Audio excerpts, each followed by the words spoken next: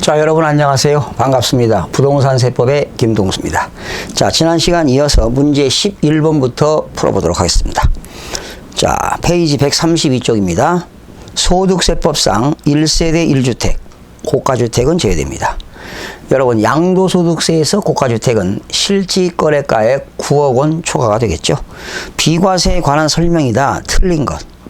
단 거주자가 국내 주택을 가정한다. 거주자입니다. 1번 1세대 1주택 비과세 규정을 적용하는 경우 부부가 각각 세대를 달리 구성하는 경우에도 동일한 세대로 본다. 부부잖아요. 그러면 남편은 강동구에 살고 부인은 강남구에 단독 세대를 구성하고 있다면 부부이기 때문에 각각의 세대로 보는 것이 아니라 동일한 세대로 보기 때문에 1세대 2주택이 되는 겁니다. 그러니까 남편도 1주택을 가지고 있고 부인도 1주택을 가지고 있다면 각각 세대를 구분해서 가지고 있다 하더라도 부부이기 때문에 동일한 세대로 모아서 1세대 2주택으로서 하나를 양도하게 되면 양도소득세를 과세하게 되는 겁니다. 2번 해외 이주법에 따른 해외 이주로 세대 전원이 출국하는 경우 출국일 현재 1주택을 보유하고 있고 출국일로부터 2년 이내에 당해 주택을 양도하는 경우는 보유기간을 충족하지 않아도 비과세가 됩니다. 해외 이주법에 의해서 출국하게 되면 출국일로부터 2년 이내 양도하면 보유기간 관계없고 거주기간 관계없이 비과세가 되겠습니다. 3번 1주택을 보유하는 자와 혼인함으로써 1세대가 2주택을 보유하게 되는 경우, 즉 처녀도 1주택, 총각도 1주택을 가지고 있다가 혼인일로부터 5년 이내 먼저 양도하는 주택은 비과세가 되는데요. 먼저 양도하는 주택은 보유기간이 2년 이상 보유하면 비과세가 되는데 거의 보유기간 4년이라고 했으니까 틀리겠죠. 2년 이상 보유하면 비과세가 되는 겁니다. 3번 틀렸고요. 4번 건축법 규정에 의해서 다가구 주택을 구획된 부분별로 분양하지 아니하고 하나의 매매 단위로 하여 양도하는 경우는 하나의 그 구획된 부분을 각각의 하나의 주택으로 본다. 여러분, 원래 다가구 주택은 주택법상 무슨 주택입니까? 단독주택이지요. 집주인이 하나란 얘기죠. 그러나 하나의 매매 단위로 하여 양도하는 경우 그 구획된 부분을 하나의 주택으로 본다. 그렇죠? 단독주택이니까요. 5번 양도일 현재 임대주택법에 의한 건설임대주택 1주택만을 보유하는 1세대는 건설임대주택의 임차일로부터 당해 주택의 양도일까지 거주기간이 5년 이상의 경우에는 보유기간 요건을 충족하지 않더라도 비과세가 되겠습니다. 임대주택법에 의한 임대주택은 거주기간이 5년 이상만 되게 되면 비과세가 됩니다. 12번 소득세법상 1세대 2주택인 경우에도 1세대 1주택으로 보아 비과세가 되는 1세대 1주택의 특례에 해당되지 않는 경우, 여러분 1세대 2주택이지만 1세대 1주택으로 보아서 비과세가 되는 특례 규정이 있습니다. 1번 거주 이전을 위한 일시적인 2주택입니다. 대한민국의 모든 국민은 거주 이전의 자유가 있습니다. 하나의 주택을 가진 사람이 또 하나의 주택을 취득해서 주거 이전 목적일 때 비과세가 되겠죠. 실수요 목적으로 제가 서울의 수도권의 주택 하나 가지고 있고 지방에다가 또 하나의 주택을 샀다면 실수요 목적입니다. 취약이라든가 근무상 형편, 질병 요양으로 했다면 역시 1세대 2주택이지만 일반 주택 팔게 되면 비과세가 되겠습니다. 혼인으로 인한 일시적인 2주택, 처녀 총각이 혼인으로 인해서 1세대 2주택이 되면 혼인일로부터 5년 이내 양도하면 비과세가 되겠습니다. 농어촌 주택 소유로 인한 1세대 2주택, 수도권에 일반 주택 하나 가지고 농어촌 주택을 가지고 있을 때 일반 주택을 양도하게 되면 비과세가 되겠습니다. 증여로 인한 2주택입니다. 제가 1주택을 가지고 있는데 부모로부터 증여받아 가지고 2주택이 되었다면 무조건 하나를 팔면 과세가 되겠습니다. 여섯 번째, 직계 존속, 부모지요 동고 봉양을 위하여 일시적인 2주택입니다. 역시 동고 봉양일 때도 합가일로부터 5년 이내 양도하면 비과세가 되겠습니다. 7번, 지정문화재인 주택 등의 소유로 인한 2주택입니다. 제가 일반 주택을 가지고 있고요. 문화재보호법에 의한 문화재 주택을 가지고 있다면 일반 주택을 양도하게 되면 비과세가 되겠습니다. 장기 임대주택 소유로 인한 2주택입니다. 장기간, 여기서 장기간이라고 하는 것은 5년 이상 임대할 목적으로 소유하고 있는 주택을 가지고 있다면 역시 비과세 혜택이 주어집니다. 13번입니다. 비과세 대상 1세대 1주택과 관련된 내용이다. 틀린 것. 지문 7개 나왔는데요. 국내 1주택을 소유한 1세대가 그 주택을 양도하기 전에 다른 주택을 취득함으로써 2주택이 된 경우, 다른 주택을 취득한 날로부터 2년 이내, 틀렸죠? 3년 이내에 종전주택을 양도하는 경우 비과세가 되겠습니다. 네, 3년이 되겠습니다. 1번 틀렸네요. 2번, 비과세가 되는 1세대 1주택에 있어서 부부가 각각 단독 세대를 구성하였을 경우 뭘로 본다? 동일한 세대로 보는 겁니다. 3번, 주택은 상시 주거용으로 사용하는 주택과 이에 딸린 토지로서 건물이 정착된 면적에 그 주택이 도시지역 안에 있으면 5배, 도시지역 밖에 있으면 10배까지가 부속토지가 되겠습니다.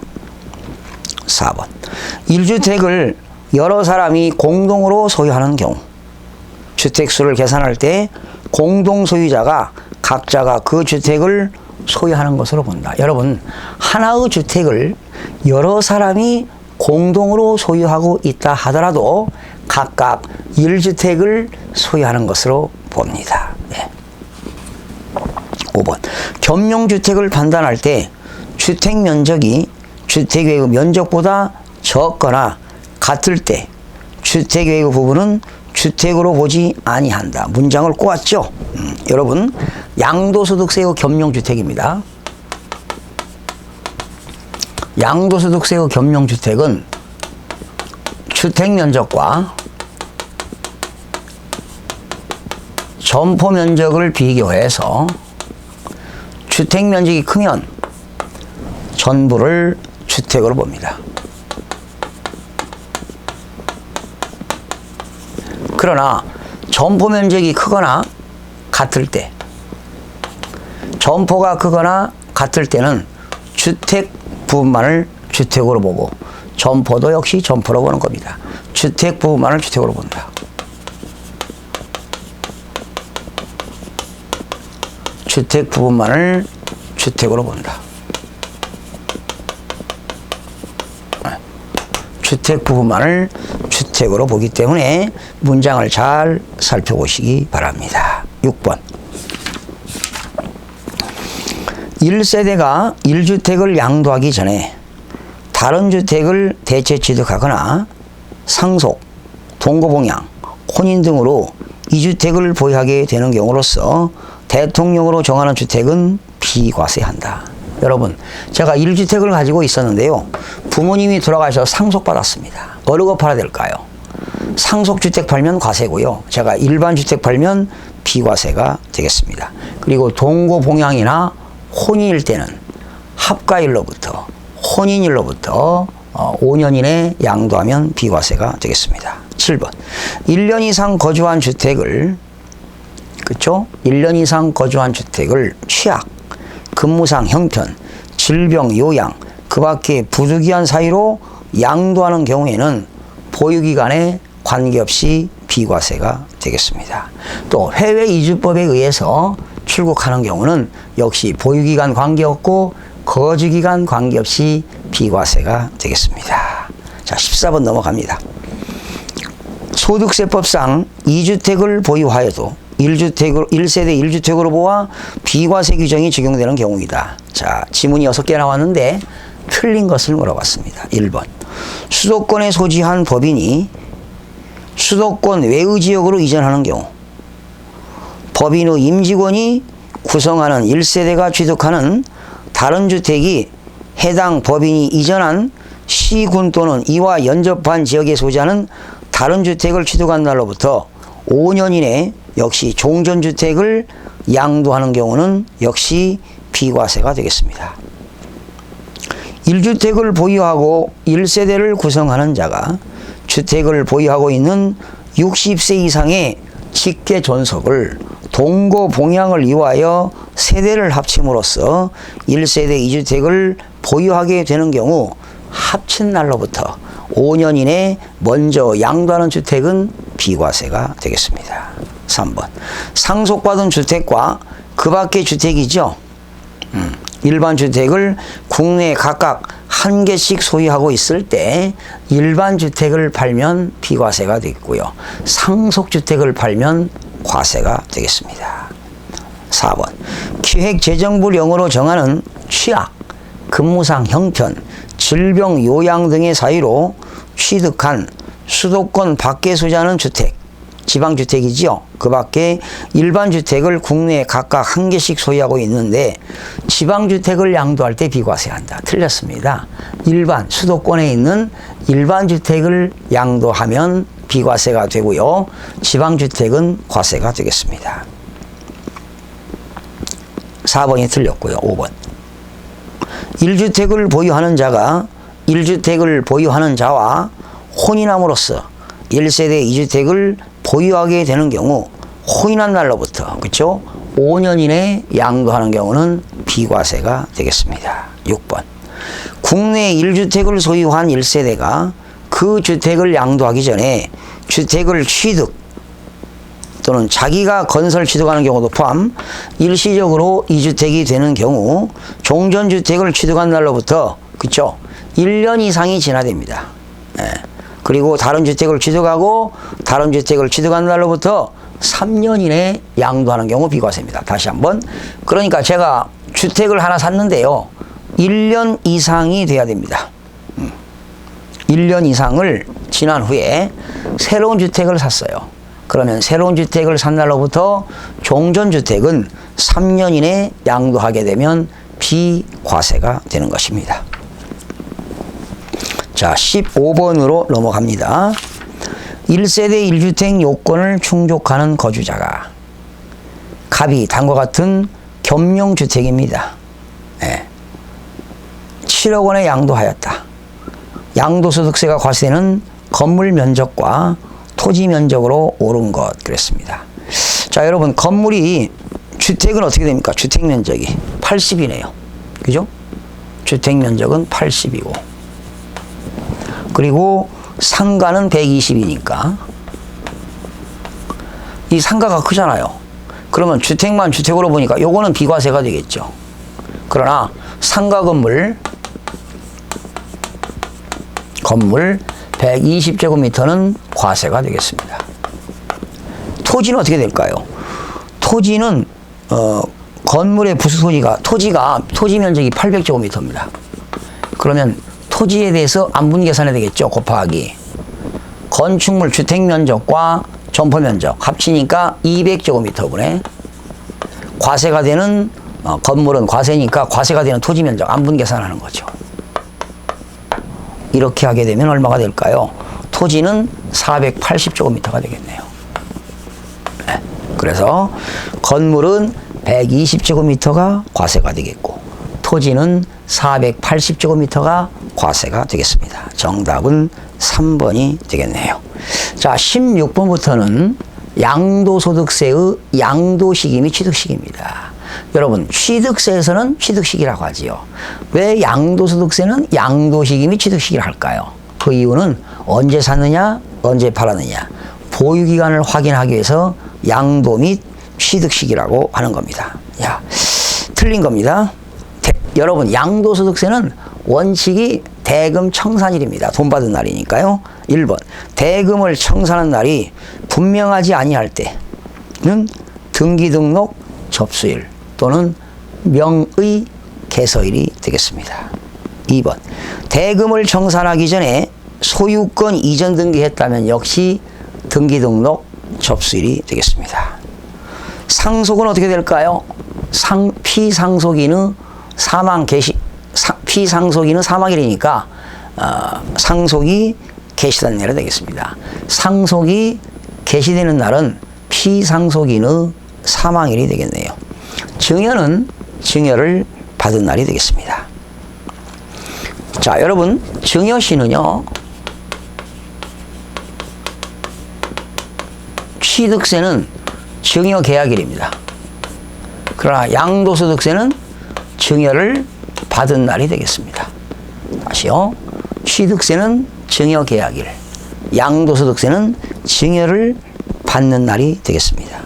4번 민법 규정에 의하여 부동산 소유권을 취득했다. 점유취득시효가 되겠네요. 민법 규정에 의해서 부동산 점유취득시효, 점유취득시효는 뭐냐? 점유를 개시하는 날입니다. 점유개시.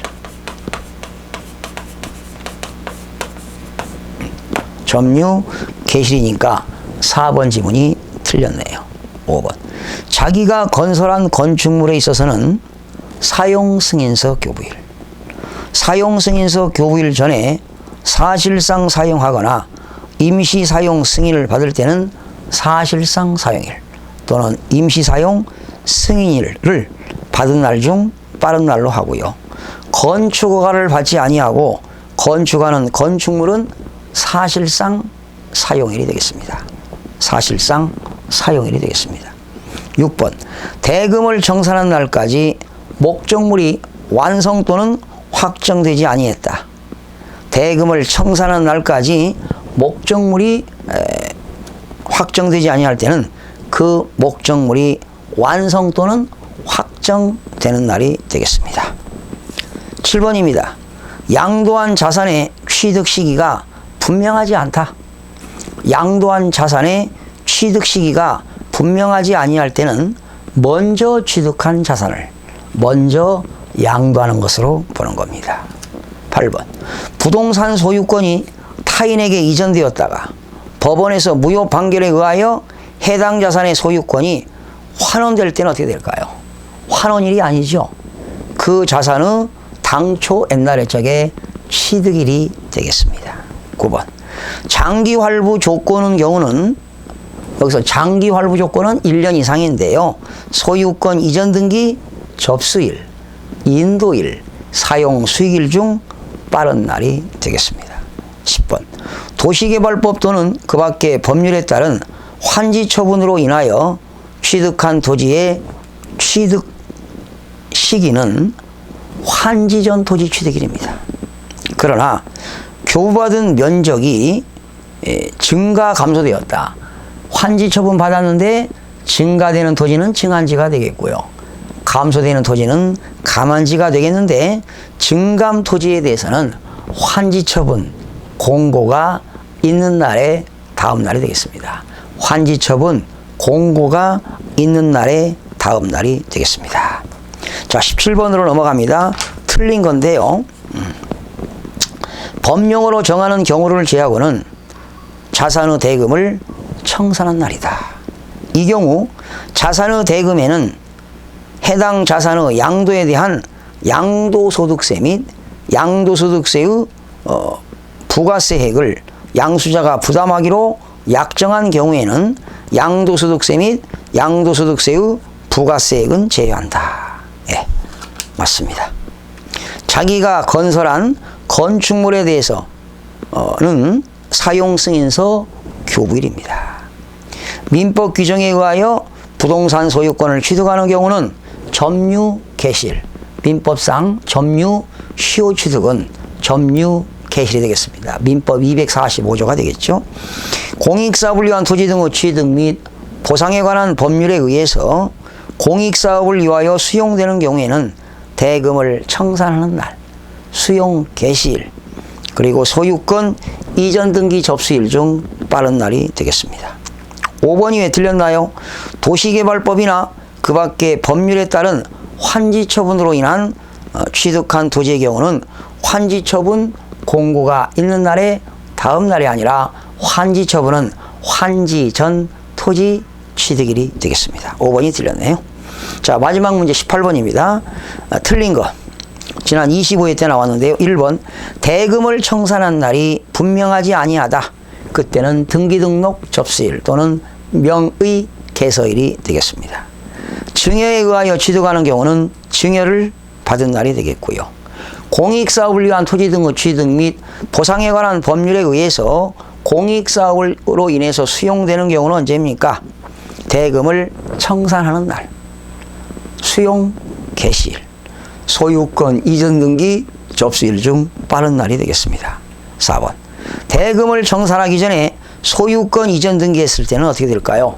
등기 등록 접수일이 되겠고요.